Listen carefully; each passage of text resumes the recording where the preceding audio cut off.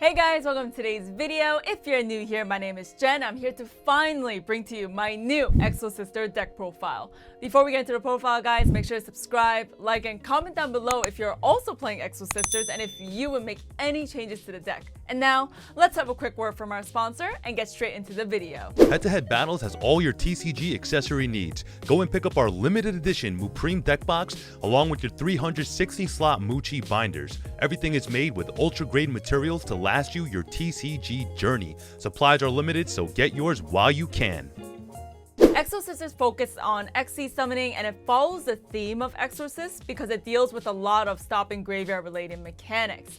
As for the main deck Exosister monsters, they all share a one-card Xyz trigger effect that can be used if a card is moved out of the graveyard. So it allows the main deck Exosister monsters to turn into the Xyz boss monster, which can stop effects in the graveyard as well as banish cards from the field. So let's finally get into the card by card profile. Alright, for the main deck monster lineup, we are playing 3 Exosister Malphas, and the name is actually not translated yet because this is in the upcoming set, The Power of the Elements. So Malpha is an amazing addition to the deck because it gives you a free special summon, and her Xyz trigger effect states if either player moves a card from the graveyard, you can Xyz summon using her as material. So this is where cards like DD Crow comes in, because after you use DD Crow on your opponent, you can immediately trigger Malpha's effect. Next we play 3 Elise, and you can special summon her if you control another Exosister monster. Then if you control Stella, you gain 800 life points. Speaking of, next we play 3 Stellas. And if you have Stella on board, you can special summon 1 Exosister monster from your hand. Then, if you control Ellis, you gain 800 life points. You're starting to see a bit of a pattern here, right? Next, we are playing 3 Sophias, which is essentially a free draw 1 if you control this and another Exosister card on your board. And the final Exosister we are playing is 1 Irene, and Irene's effect says you can place 1 Exosister card from your hand to the bottom of the deck and draw 1 card. So it's kind of like Albion from Branded Thespius. So in this deck, I am also playing a small matches package, which includes 3 Zorora, the Matches of Flame. Now, Zorora allows you to equip a matches monster from your extra deck, and if it is successful, you can special summon 1 level 4 spellcaster monster from your hand or graveyard, which is entirely of the main deck Exosisters. And as soon as this is resolved, you can either go into Exosister Xyz or into the Zorora Synchro, which I will explain as we get into the extra deck. And as for the hand trap lineup, we are playing 3 Ash Blossoms, 3 Effect Failures, and 3 DD Crows, which is to help trigger Malpha's effect. Now going into the spells, we are starting with 3 Exosister packs, and packs allows you to add 1 Exosister card by paying 800 life points, and if you add an Exosister monster, you can special summon it if the other Exosister monster mentioned on the card is in the field or in the graveyard. So, for example, if you add Malpha, you can special summon if Elise is on the field or in the graveyard. Next, we are playing 1 Exosister Arment. Now, Arment is after you pay 800 life points, you can target 1 Exosister monster you control, then special summon 1 Exosister Xyz monster. And this is super important, guys. You can only activate Arment during your opponent's turn unless your opponent controls a monster that was special summoned from the graveyard. And finally, we are playing 2 Pot of Desires, and I think this is a flex spot because I might take it out for different tech cards, and you know, this is generally up to you guys. And lastly, we play 1 Called by the Grave. Now going to the trap lineup, we are playing 3 Exosister Latanyas, and Latanya is also coming out in the Power of the Elements, which is also another amazing support for the deck because this card reads, if all the monsters you control are Exosisters, you can pay 800 life points and target 1 card your opponent controls or in their graveyard. Banish it, then you can either Xyz summon using monsters you control, or if you did Xyz summon previously this turn, you can banish 1 card your opponent controls, which essentially is another free banish from your opponent's out of the field, which is insane. And the final Exosister trap we are playing is 2 Exosister Vadis. Now Vadis states after paying 800 life points, you choose 1 Exosister monster from the deck and the sister that's mentioned on the card and special summon them both. But you would need to shuffle them back into the deck during the end phase. So for this card, I would usually grab Malpha followed by Ellis so I can attempt to resolve Malpha. And we will finish up our trap lineup with 3 Infinite Imperms. Now, as for the cherry on top, let's head over to the extra deck.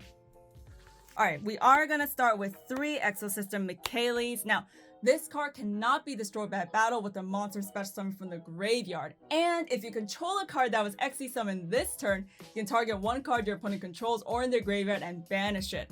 And her second effect allows you to detach one material and add an Exosister spell or trap from your deck. And I know a lot of decks play 2, but I did opt to play 3. Next, we are playing 3 Exosister Castapel, and Castapel also cannot be destroyed by battle with a monster special summon from the graveyard. And if this is Xe summon, neither player can special summon monsters from their graveyard for the rest of this turn. So, it is amazing against Splights. And her second effect, you can detach one material and add an Exosister monster from the deck. Next, we are playing 1 Exosister Soulful, which cannot be destroyed by the activated effects from the monster special summon from the graveyard. And after this is Xe summon, neither player can activate effects in their graveyard this turn. So, essentially, this is your Abyss Dweller for the deck. And her second effect, you can detach one material and target one monster your opponent controls and return it to the hand. Next, we are playing 1 Exosister Jabrine. Now, Jabrine also cannot be destroyed by the activated effects of monster special summon from the graveyard, and if this card is Xe summoned, you can target one effect monster your opponent controls, negate the effects until the end of the turn. And her second effect, you can detach one material and all your Xyz monsters gain 800 attack for the rest of the turn. So you would mainly use this if you want to go attack for game. And the final Exosister Xyz we are playing is 2 Exosister Magnificas. Now, Magnifica can make 2 attacks, and she can also banish one card your opponent controls by detaching one material. Now, what you detach here is important because the second effect of Magnifica says you can return one Xyz monster that is attached to this card and to the extra deck, then special summon that monster using this card as material. So, if the materials attached to this card are Castapel and Michaelis, you would want to detach Castapel so you can tag out Magnifica with Michaelis. So, you can also get the Michaelis banished. Then as for the matches package, we are playing 1 Artemis, which would be used as the equip material from Zorora's effect. Then we are playing the Zora Synchro, which allows you to equip 1 matches monster from the extra deck, and your opponent cannot activate the effects of the monsters with the same equipped card type. So we are playing 1 Ninaruru for the Splight matchup or the mirror match, Varan mainly for Sword Souls, and Iwas for Branded Despias, DP, Dragoon, whatever hits. And we are also playing the 1 Zeus if there is any need to go into it to clear boards. And as for the side deck, I will leave this section pretty open because I think this is a pretty case-by-case scenario for whatever format we're in or whatever tournament you'll be playing in. So I'm just going to show you the cards that I would personally side in. So we will be playing 3 Nibiru's, 3 Drolan Lockbirds, 3 Cosmic Cyclones. Now, at first I did want to add in Atlases, but I just felt like Cyclones was the better option. Then we are playing TTTs. I might actually move this into the main deck because this is a very hand trap baity deck, but for now we'll just leave it in the side deck. And now guys, if you guys did see the live duel that we did post about 2 days ago, this is my creme de la creme against everything. Oh my gosh, this is the Winged Dragon of Ra. I know everyone's gonna have a lot of different options about this, but especially for Splights, if Gigantic Splight does get that effect, you cannot use Nibiru or anything because you cannot summon any monsters bigger than a rank or level 2 monster. So this is where the Winged Dragon of Ra comes in, and obviously as you guys saw in that live duel, I did win that. Yep. So guys, that is it for today's video, guys. Again, if you like this video, make sure to slap that like button, subscribe, and comment down below some of the tech choices you would like to add onto the deck, and if you also are excited to play Exosisters. So that's it from me today, guys. This is Jen from HeadtoHead Battles, signing out.